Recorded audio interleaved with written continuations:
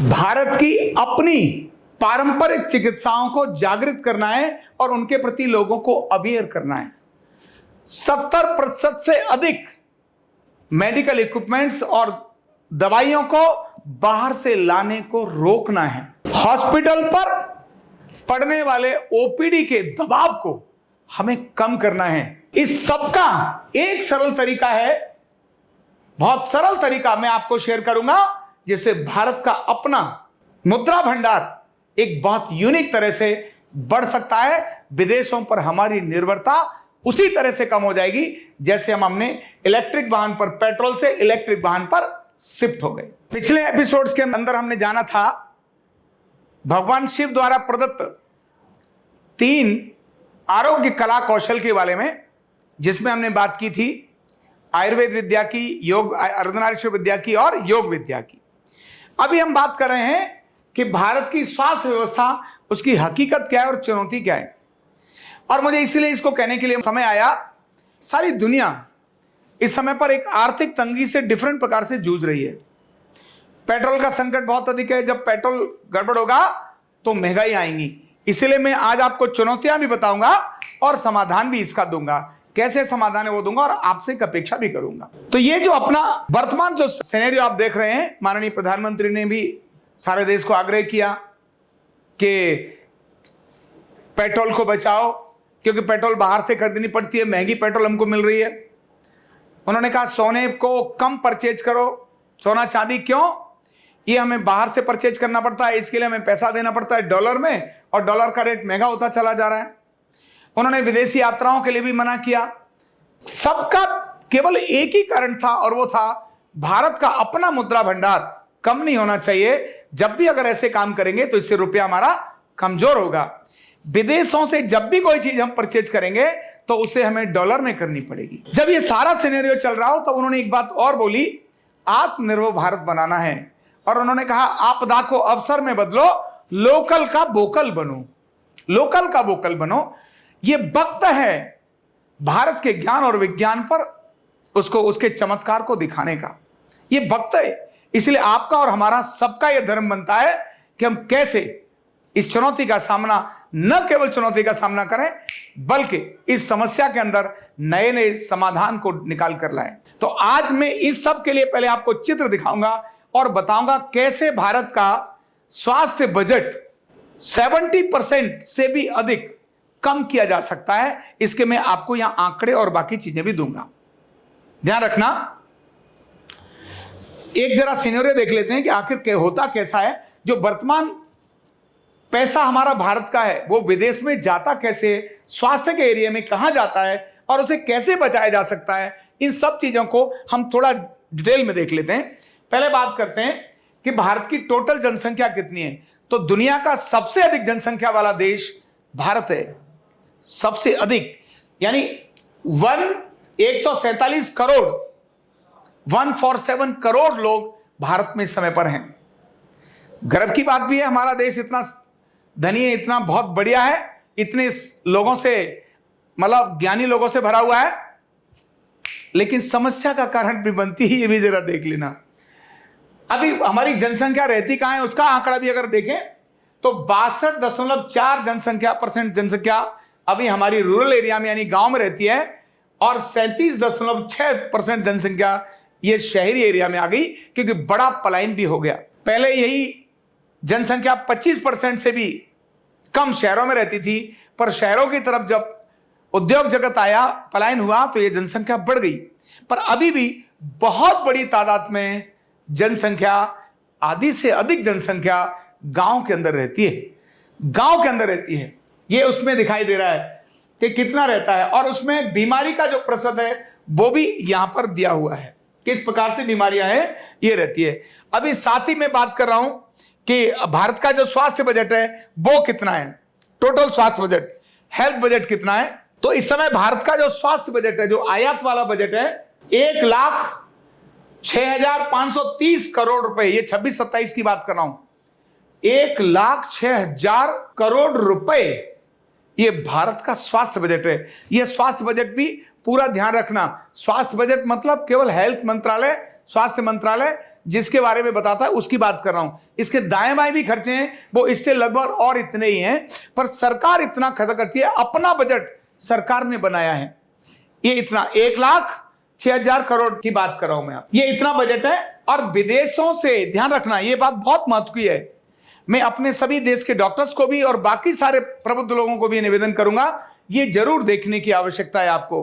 भैया, तेल हमने रोका, सोना हमने बात करी रोका, यात्राएं हमने रोकी, इस पर भी तो काम करने की जरूरत है। 70 से 80% इस बजट का, 1,00,000 करोड़ रुपए का 80% का मतलब होता है 80,000 से भी ज्यादा, 90,000 करोड़ रुपए ये हमारा विदेशों में जाता है।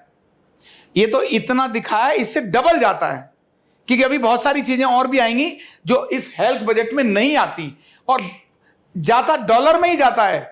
इसलिए इतना तो जा रहा है ना, इसको कैसे बचाएं, सबको मिलकर सोचना पड़ेगा। देश की समस्या एक व्यक्ति की समस्या नहीं है, देश की समस्या केवल प्रधानमंत्री की समस्या नहीं है, देश की समस्या केवल सरकार की समस्या नहीं है, देश की समस्या आपकी और मेरी भी है, क्योंकि आपके बच्चे भी इस देश में हैं, मेरे बच्चे भी इस देश में हैं, मेरा देश है और आपका भी देश है। इसलिए हमें हर प्रकार से अपने देश के लिए सोचना पड़ेगा, ईगो से हटकर सोचना पड़ेगा, अपने व्यक्तिगत स्वार्थों से ऊपर उठकर सोचना पड़ेगा, तब हमें ये सारी चीजें समझ में आएंगी। ध्यान रखना, 70 से 80%, इससे भी ज्यादा होता है, लेकिन अभी आंकड़े इतने ही हैं।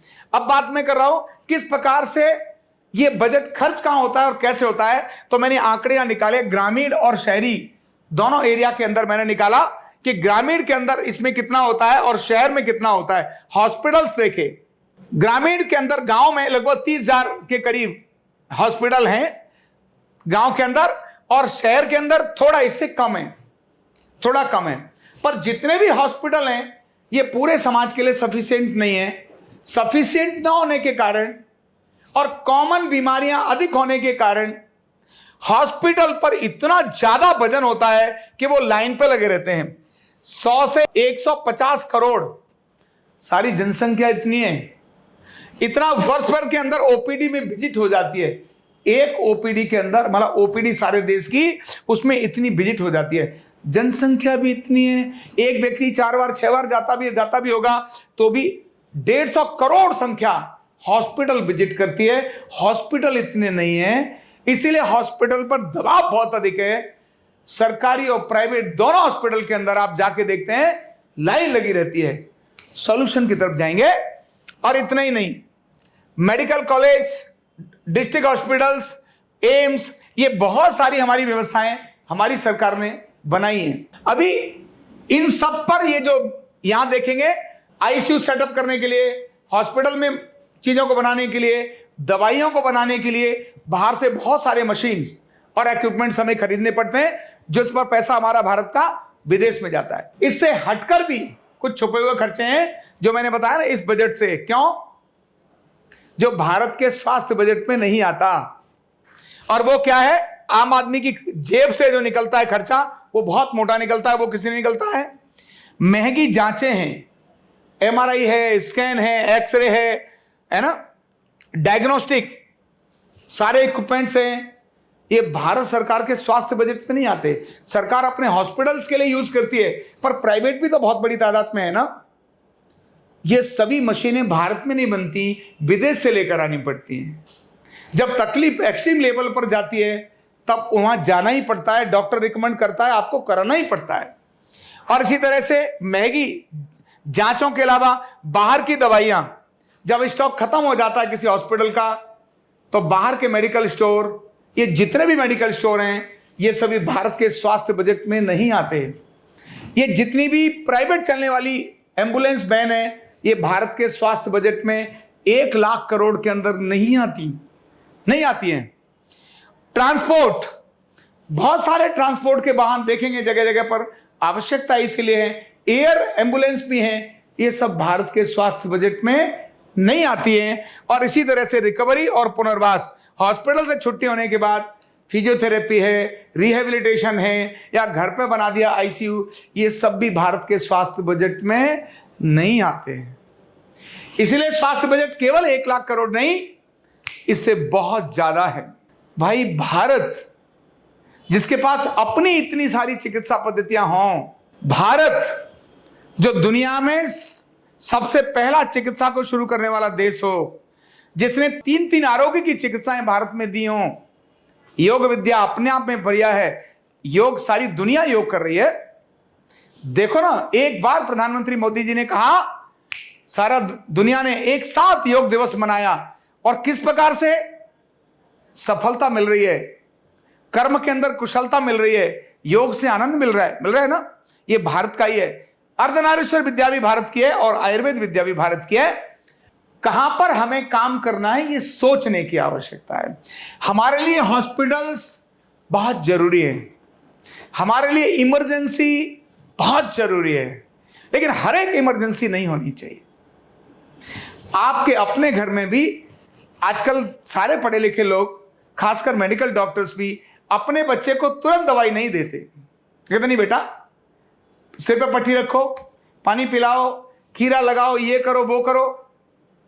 मैं कई डॉक्टर्स का अच्छा मित्र हूं, वो खुद होकर भी अपने घर के अंदर कोई भी घर की देसी चीज देने में पसंद करते हैं।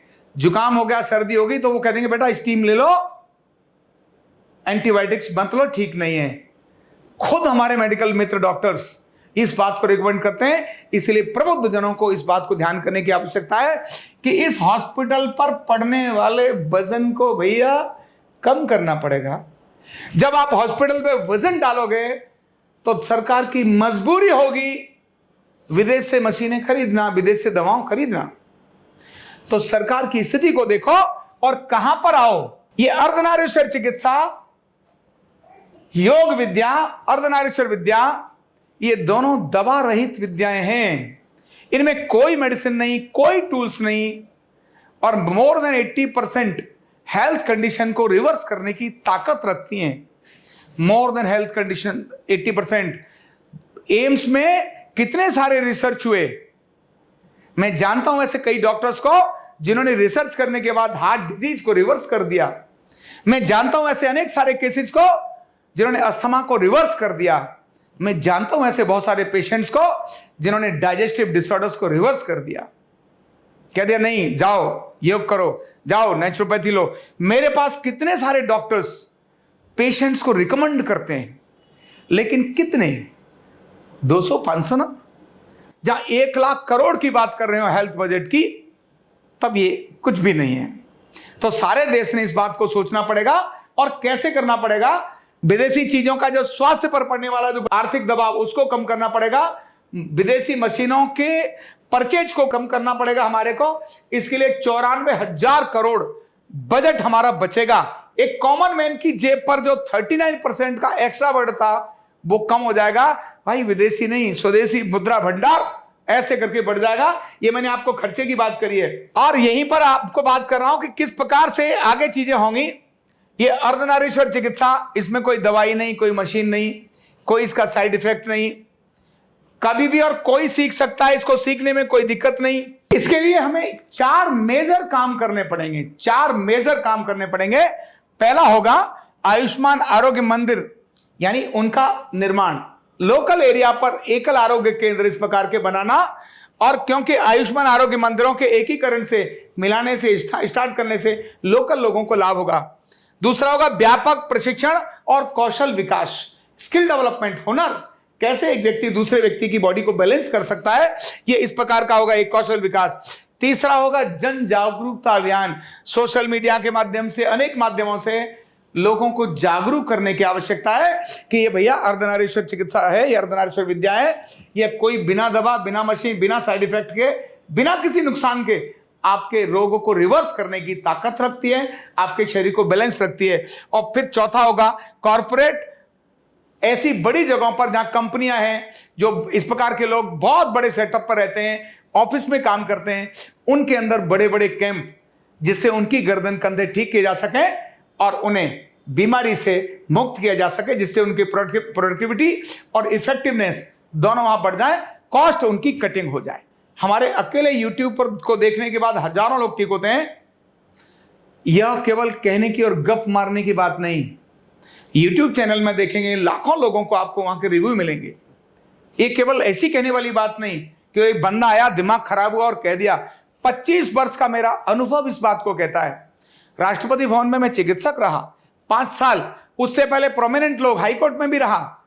देश और दुनिया के लाखों लोगों को ठीक करने के बाद, इसके बाद मैं बड़े ऑथेंटिक से कह रहा हूं कि भाई अर्धनारीश्वर विद्या, इससे उपचार होगा। अगर पहले बीमारी की शुरुआत या मध्य में जब इसको यूज में लिया जाएगा तो इमरजेंसी कंडीशन नहीं आएगी, हॉस्पिटल पर, ओपीडी पर पड़ने वाला प्रेशर कम हो जाएगा, और इवन इतना ही नहीं, इमरजेंसी सिचुएशंस भी कम हो जाएंगी। जब हम किसी रोग को ज्यादा खींचते रहते हैं तब वो बढ़ता है, तब जाकर वो इमरजेंसी कंडीशन में आता है। हम पहले भी तो देख सकते हैं कैसी कैसी बीमारियां हैं जिनके बारे में मैं आपको बताऊं। ये जो सारी बीमारियां जो मैंने आपको बताया है, खासकर मेटाबॉलिक डिसऑर्डर्स, डाइजेस्टिव डिसऑर्डर, है ना, मस्कुलोस्केलेटल डिसऑर्डर, और ये कॉमन ऐसे डिसऑर्डर्स जो साइकोसोमेटिक हैं, ये इस अर्धनारीश्वर चिकित्सा से आपके अर्धनारीश्वर को बैलेंस करते ही रिकवर हो जाते हैं। आपको थकान लग रही है, अभी आओ, आपको रिलीफ होगा। आपको दर्द हो रहा है, अभी आओ, आपको रिलीफ होगा। आपको स्ट्रेस हो रहा है, एंजाइटी हो रहा है, 5 मिनट में रिलीफ होगा, एकदम रिलीफ होगा। और लंबे समय तक ट्रीटमेंट होने के बाद आप रिवर्स भी कर जाएंगे। अहंकार नहीं, घमंड नहीं, मुझे, क्योंकि मैं जानता हूं मेरे देश से मुझे प्रेम है। मैं जानता हूं कि मेरा देश इस समय आर्थिक संकट में है, तब मुझे लगता है कि यह विज्ञान एक कॉमन मैन का विज्ञान होना चाहिए। स्कूल कॉलेज में पढ़ने वाले कोई भी व्यक्ति, भारत सरकार ने 10वीं के बाद इसको सीखने की व्यवस्था कर दी है। 11वीं 12वीं का विद्यार्थी इसको सीख सकता है, कॉलेज का विद्यार्थी इसको सीख सकता है, गृहिणी सीख सकती है। सीखने के लिए कोई एज लिमिट नहीं, किसी भी प्रोफेशन का व्यक्ति सीख सकता है।